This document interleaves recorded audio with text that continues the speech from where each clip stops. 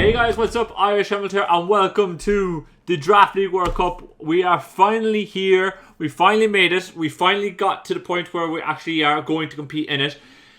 What a slog that was. What effort we had to put in to qualify. Thankfully we did it. And we're here. We hit our goal. We said from day one when I came back, I only came back so I can compete in the World Cup. And we've done it. So I'm for one, thrilled, delighted, right? Hit our target. Everything from this point onwards, pure bonus, right? If we end up finishing well, great, you know. But if we go out with the whole team, fantastic, right? As far as I'm concerned, we're here to compete and we're here to put our other teams under pressure, and that's it. But yeah, I'm going to quickly just talk through what the World Cup is, the groups, how we're going to get out of the groups stage, how we're going to get into the knockout rounds, and all that kind of good stuff, and then we'll talk through the team real quick. And if this is a rough video, you guys, deal with it. It's been a while since I recorded a video. Hopefully it's not going to be too bad. Hopefully it's not going to be too boring. I'm just going to quickly dash through all the points, make it as, you know, quick fire blast as much as I can. Hopefully it's somewhat entertaining. But yeah, you guys, we start off with six groups, 18 coaches in each one. So, you know, there's a hell of a lot of players that we're going to have to be coming up against. It's a 9-week regular season, so it's not going to be a case where you're going to see 4 weeks me done, then playoffs. No, 9 weeks. So it's effectively like a single season. So it's going to be a long ass haul throughout this whole summer. But 9 weeks, 8 teams get into playoffs, or the knockout round. So you guys kind of get the picture from these leagues before that are 9 weeks. 6 wins will definitely get us through. 5 wins, depending on diff, will get us through as well. But definitely 6 wins. So, of course, that has to be the target. You have to be aiming for 6 wins to get out of the group. But, of course, we're up against like really high-level players. So, hopefully, it's not going to be too bad. We'll have to just wait and see how that pans out. And after that, straight knockout round, one and done. You know, classic playoff style, classic knockout, you know, tournament style sports. You know, it's going to be really, really intriguing. And the other thing is, like, when we kind of get into the knockout rounds, we're going to be playing teams from different draft pools. So each group is use the same draft pool. And then once we get into knockout round, like, you could see teams with the same Pokemon on each side because they drafted from the same draft pool. So it could get a bit sketchy at times. We could just have a really bad matchup. You know, it's going to take a little bit of luck if we do get out of the group to actually survive and make our way through the playoffs. So look, it's gonna be a wild ride, but hopefully we can actually get through and produce a little bit of magic here or there. But yeah, the team I drafted, right, I'm just gonna run straight through it. You're probably gonna see me somewhere down below. First Pokemon we drafted was Mega Glade. Fionn, our Mega Glade, is going to be rocking out with us. I was 6th in the draft. Mega Glade was available. I was like, fuck it, I've never used it before, I'm never going to be doing this again. I am just drafting Pokemon that I want to use, and that's that, right? And Mega Glade was there. I was like, thank God. I do not want to retire without using this Pokemon in the draft league. And we're getting into the World Cup. This thing is absolutely bonkers. If you haven't used it before, it's just insane. Like, the move pool, you'll just see me kind of slowly scrolling down through it now. Absolutely insane. We get Sword Dance and plethora of different coverage moves. The speed tier is absolutely brilliant. The attack stat itself, 165. Bonkers stuff. Marvellous, right? Cannot be happy with that. Next up, we drafted Nagato, our Greninja. Look, probably a bit of a comfort pick. I knew it wasn't going to come back to us, especially in an 18 person draft. It's not like we have 16 or 14 players. 18, you know, a couple of extra picks knocked around in between.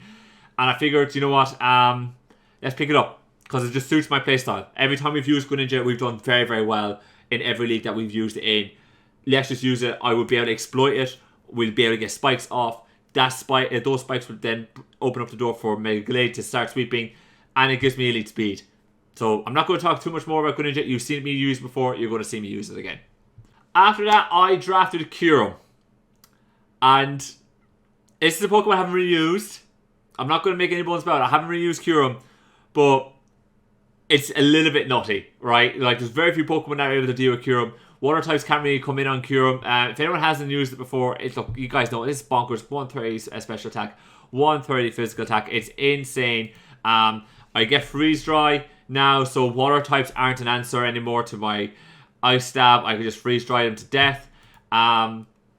It's nuts. I get earth power. I get Draco. I can sit behind a sub. I don't really get too much other than setup, but it's just the fact that this is an absolute sheer colossal force, a mammoth of a Pokemon. I'm able to just run over teams.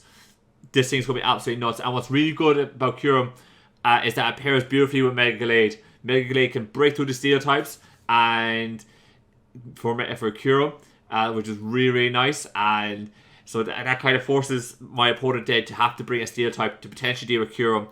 And then that also means that that's one Pokemon that my Mega Glade will have no problem dealing with.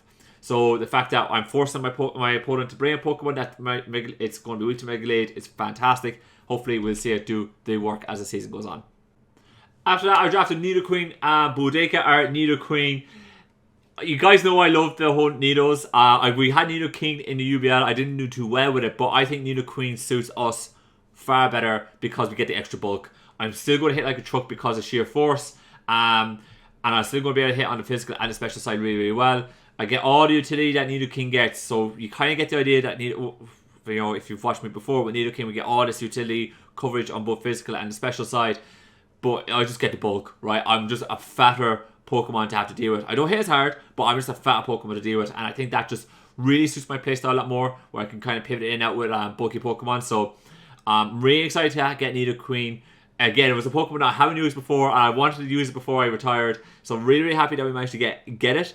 So we'll see what carriage we can cause with it, and we can go from there. Right, next up after that, I kind of needed a pivot for steel types, right? So again, I said, like, steel types aren't that troubling, but I needed a pivot for steel types because I don't really want Mega Glade coming in on a steel type. If it's early in the game, I want to kind of keep that a little bit. And I want to kind of make sure that the defensive, I'm not asking Nidoqueen to do a whole lot of defensive work as well. And we got Moltres for that. Moltres is able to kind of come in. I can U-turn, defog, roost. I'm a perfect pivot for steel types. It's a match made in heaven, I think, this one. And what's really good about Moltres is, like, I do get the Hurricane. I do get like a plethora of different moves here. I can hit really, really hard.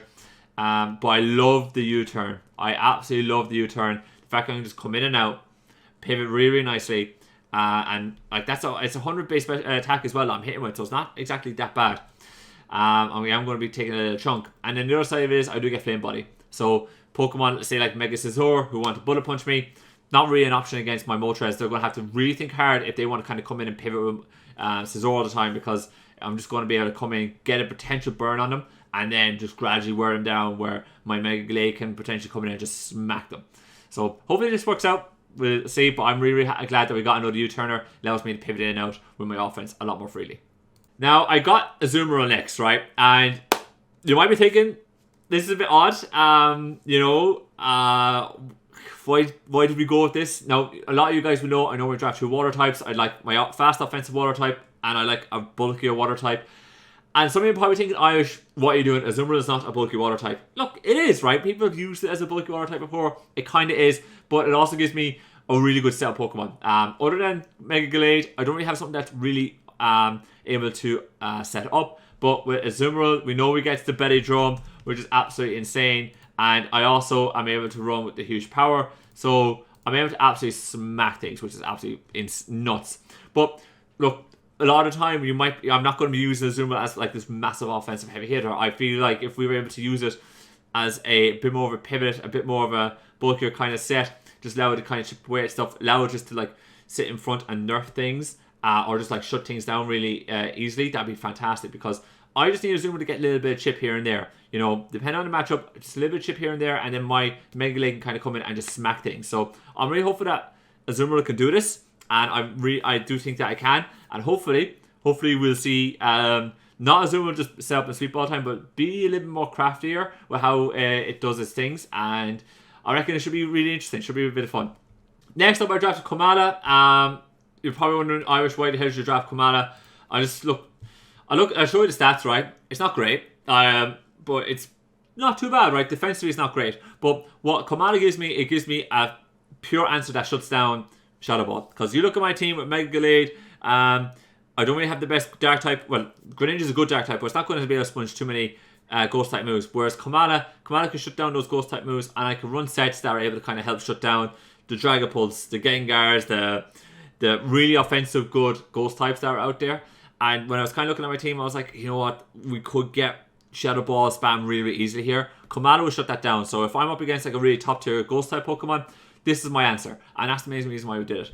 And the other great thing is Kamada gets Rapid Spin, gets U-Turn, gets the Wish. So I got Wish support on my team now. Really handy then when I want to... do I get U-Turn? Do I get U-Turn? I do. I didn't lie. But we do indeed get Wish. So what really is helpful is that Kamada can kind of come in, Wish, U-Turn, Protect, knock off.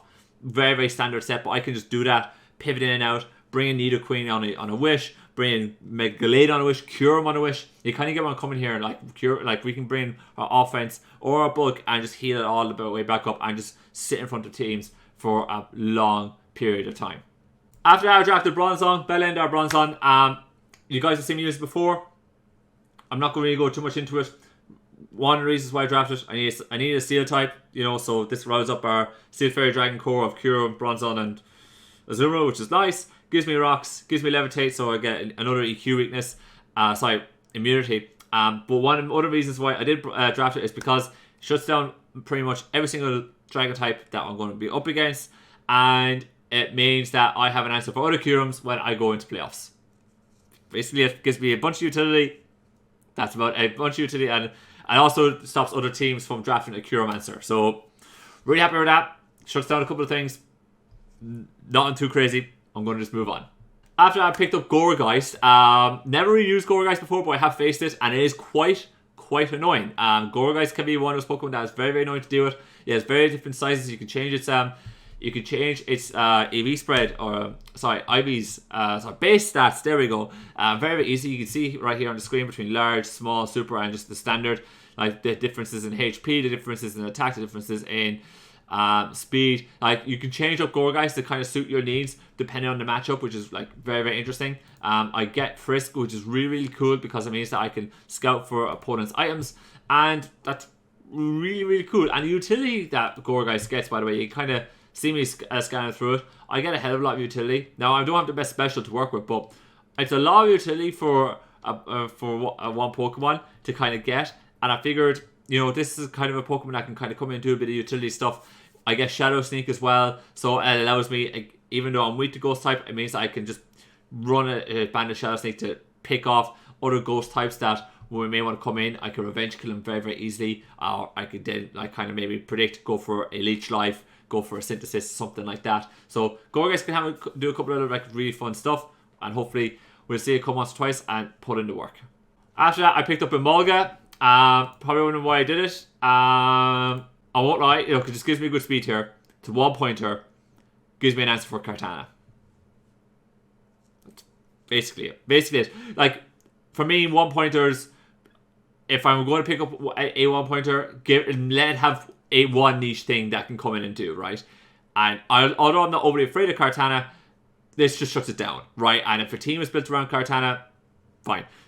We can deal with it. And Kartana is a little bit scary because Kartana can be Choice Scarf or something, can outspeed my Glade, outspeed Greninja, can smack the Curium. So it's kind of scary against my team. Does a hell of a lot of work. I know I have Moltres to kind of deal with it, but at the end of the day, like, if I bring in Moltres and he's a +2, he could be any kind of Kartana set, and we don't get that burn, we're in trouble. But Amalga kind of shuts that down, and it can kind of shut down a couple of other of those, like, really powerful offensive grass types that are knocked around. I can just kind of come in, sit in front of them, not care, smack them, move on from that, and that's pretty much what Amalga's going to be doing. And lastly, I'm bringing Lycanroc Midnight. He's the last Pokemon on our team. We picked up for 3 points. That's all we had left after drafting all the power at the first half of the draft. And for me, this is not bad. 3 points, this is not bad. 115 base attack, we're going to hit like a truck. I have 82 base speed, which is not the worst. I get no guard, so Stone Edge will always hit because I will always hit a move and my opponent will always hit moves on me. So Stone Edge, right? Stone Edge, beautiful. Stab, Stone Edge, always going to hit. Has a high crit ratio. I'm never going to have to worry about that. That is absolutely fantastic news. And I get Rock Polish. So you can kind of see what I'm going out with here. I could probably bring a Lycanroc someday. Bring Rock Polish, bring No Guard, and if my opponent does not have a good Stone Edge or a Rock type answer, Lycanroc can kind of come in and cause a bit of havoc because I can run a really high speed investment and I would speed a lot of Pokemon at +2 and just proceed to run Life Orb, Stone Edge, and kind of do a hell of a lot of damage. So I think like Rock could do a little bit of work. And look, if it comes once or twice for 3 points, then what a bargain that is. It has done the absolute business. So hopefully we'll see it do the work.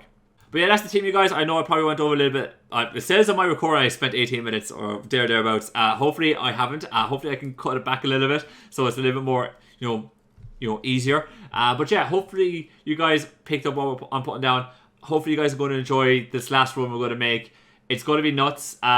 It's either going to crash and burn, or it's going to be an unbelievable season or an unbelievable run at a World Cup. But for me, I'm just glad that we got here, and we'll see how we get along. I'm a little bit worried about my first match. I'm not going to lie. I actually haven't got time. I haven't had time to practice or get games in. So I have a feeling the first few games are going to be very much me shaking off as much rust as I possibly can and being really insightful. And hopefully, again, because I got promotion and work in the last few months, hence why I've been so busy. Hopefully, I'm not going to be too swamped at work to actually not have prep done or not have not be on my A game for a match. So hopefully everything is done, dusted, sounds and is perfectly aligned. And yeah, we'll leave it at that.